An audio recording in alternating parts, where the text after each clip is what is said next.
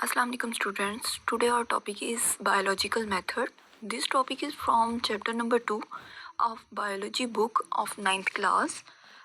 सबसे पहले अगर हम बायोलॉजिकल मेथड्स को देखते हैं तो हमें देखना होगा कि साइंस क्या है। साइंस बेसिकली सिस्टमाइज्ड नॉलेज है जो कि ऑब्जर्वेशन और एक्सपेरिमेंट्स के बाद हमें मिलता है। ये एक्सपेरिमेंट्स क्यों किए जाते हैं? ये एक्सपेरिमेंट इसलिए किए जाते हैं to determine the principles how nature operates. Fine.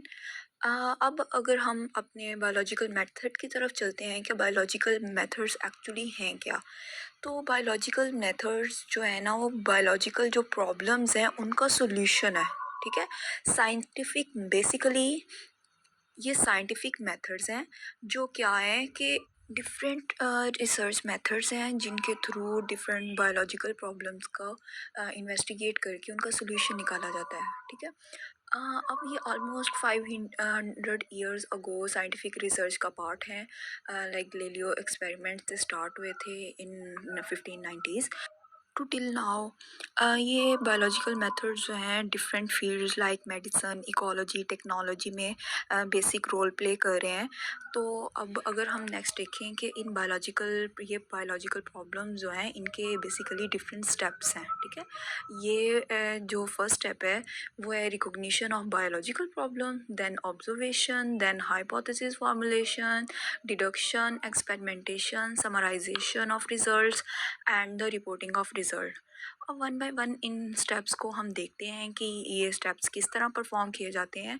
सबसे पहला जो स्टेप है उस स्टेप के अकॉर्डिंग क्या है कि जो बायोलॉजिकल प्रॉब्लम है उसको रिकॉग्नाइज किया जाता है, कि देखा जाता है कि basically what is the problem, what is the main problem related to the living organism।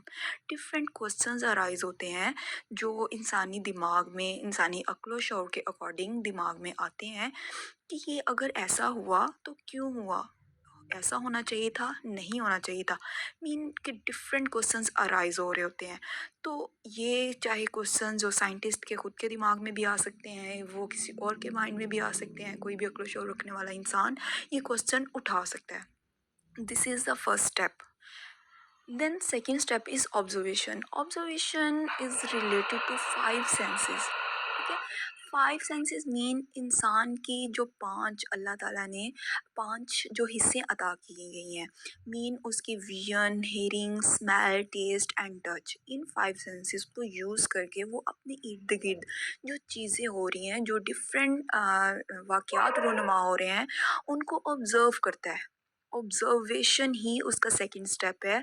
तो ऑब्जर्वेशन दो तरह की होती है, ये क्वालिटेटिव भी हो सकती है, क्वांटिटेटिव ऑब्जर्वेशन भी हो सकती है। लेकिन क्वांटिटेटिव ऑब्जर्वेशन जो होती है वो मोर एक्यूरेट होती है क्वालिटेटिव ऑब्जर्वेशन से।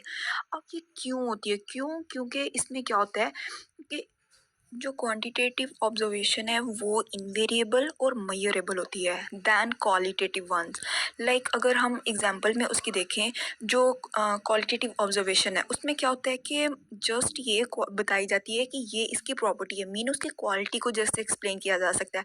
लाइक अगर हम ये कहते हैं कि freezing point of the water is colder than boiling point, तो हम ये उसकी क्वालिटी जस्ट बता रहे हैं, जस्ट क्वालिटी है। और अगर सेकंड एग्जांपल के तौर पे अगर हम कहते हैं कि a litre of water heavier than a litre of ethanol, ठीक है, ये हम जस्ट उसकी क्वालिटी बता रहे हैं कि ये 1 लीटर अगर पानी है तो वो उससे 1 लीटर इथानॉल के हिसाब से क्या होगा, हैवियर होगा। लेकिन अगर इसी को हम क्वांटिटेटिव ऑब्जर्वेशन के अकॉर्डिंग देखें तो हम ये बता सकते हैं कि जो वाटर का फ्रीजिंग पॉइंट है वो 0 डिग्री सेल्सियस है। ठीक है। और उसका बॉइलिंग पॉइंट जो होता है वो 100 डिग्री सेल्सियस है। मीन ये इनवेरिएबल है, इसको हम वेरी नहीं कर सकते, और ये मेजरेबल है। तो इसी तरह हम वाटर की भी अगर एग्जांपल कहते हैं, हम उसका वेट साथ बता देते हैं, ये 1000 ग्राम्स हैवियर है। ठीक है। वाटर का वेट कितने, 789 ग्राम्स ऑफ इथानॉल से। तो हम उसके साथ उसकी क्वांटिटी को भी तो बता रहे हैं। तो ये ज़्यादा ऑथेंटिक ऑब्जर्वेशन मानी जाती है। क्योंकि इसमें हम चेंज नहीं कर सकते। जो क्वालिटी है वो अगर हम क्वालिटी जस्ट बता सकते हैं, उस क्वालिटी में बहुत सारी चीज़ें आ सकती हैं, बहुत ज़्यादा वेरिएशंस आ सकती हैं।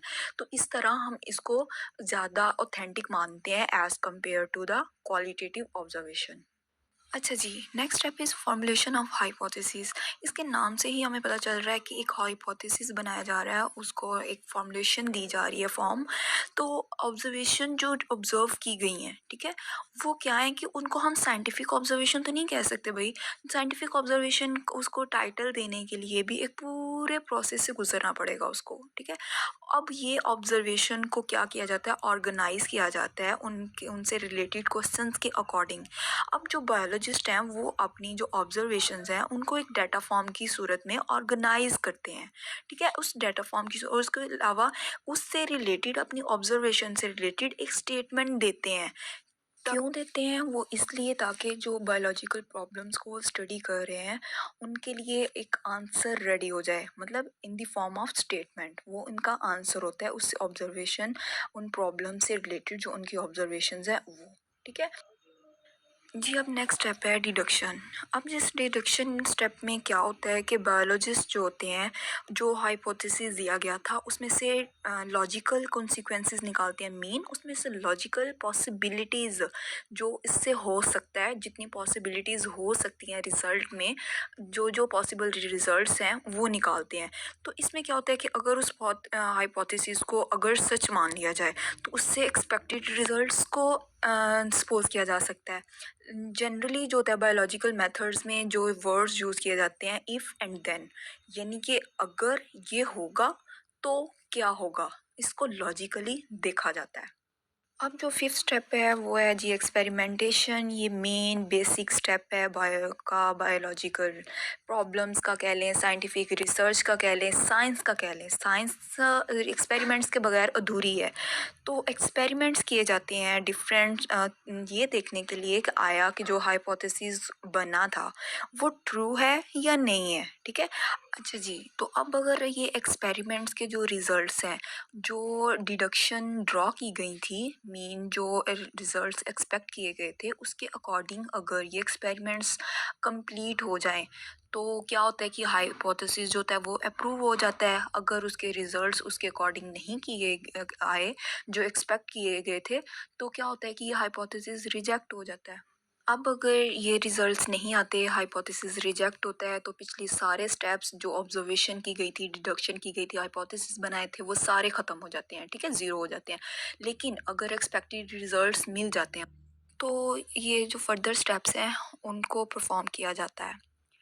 अब अगर देखें जो नेक्स्ट स्टेप है वो है समराइजेशन ऑफ रिजल्ट। अब ऑब्जर्वेशन भी होगी, हाइपोथेसिस भी बन गया, डिडक्शंस भी हो गई, एक्सपेरिमेंट भी परफॉर्म हो गया, सारा कुछ मतलब कंप्लीट है, बिल्कुल एग्जैक्ट हो रहा है। देन उसके बाद जो एक्सपेरिमेंट्स के रिजल्ट्स आते हैं उनको क्या किया जाता है, समराइज़ किया जाता है। तो उसमें क्या होता है कि डाटा कलेक्शन की जाती है, जो जो रिजल्ट्स आए हैं उनको सारा अरेंज किया जाता है, फिर उनकी एवरेज निकाली जाती है और स्टेटिस्टिकल एनालिसिस किया जाता है, ठीक है, उनको कंपैरिजन किया जाता है, उनको एनालाइज किया जाता है। अब देन उसके बाद जो वाला जो स्टेप है वो है रिपोर्टिंग द रिजल्ट्स। अब सारा काम हो गया है, रिजल्ट भी समराइज हो गए हैं, हर चीज़ हो गई हुई है। तो क्या होता है कि वो जो कंक्लूजन्स निकाले गए थे उस बेस पे अब इन रिजल्ट्स को, इन फाइंडिंग्स को क्या होता है कि साइंटिफिक जर्नल्स में या फिर क्या होता है कि बुक्स में उनको पब्लिश किया जाता है, ताकि वर्ल्ड वाइड या इंटरनेशनल मीटिंग्स में या सेमिनार में, कॉलेजेस में, डिफरेंट यूनिवर्सिटीज़ में इनको फॉरवर्ड किया जाता है, ठीक है।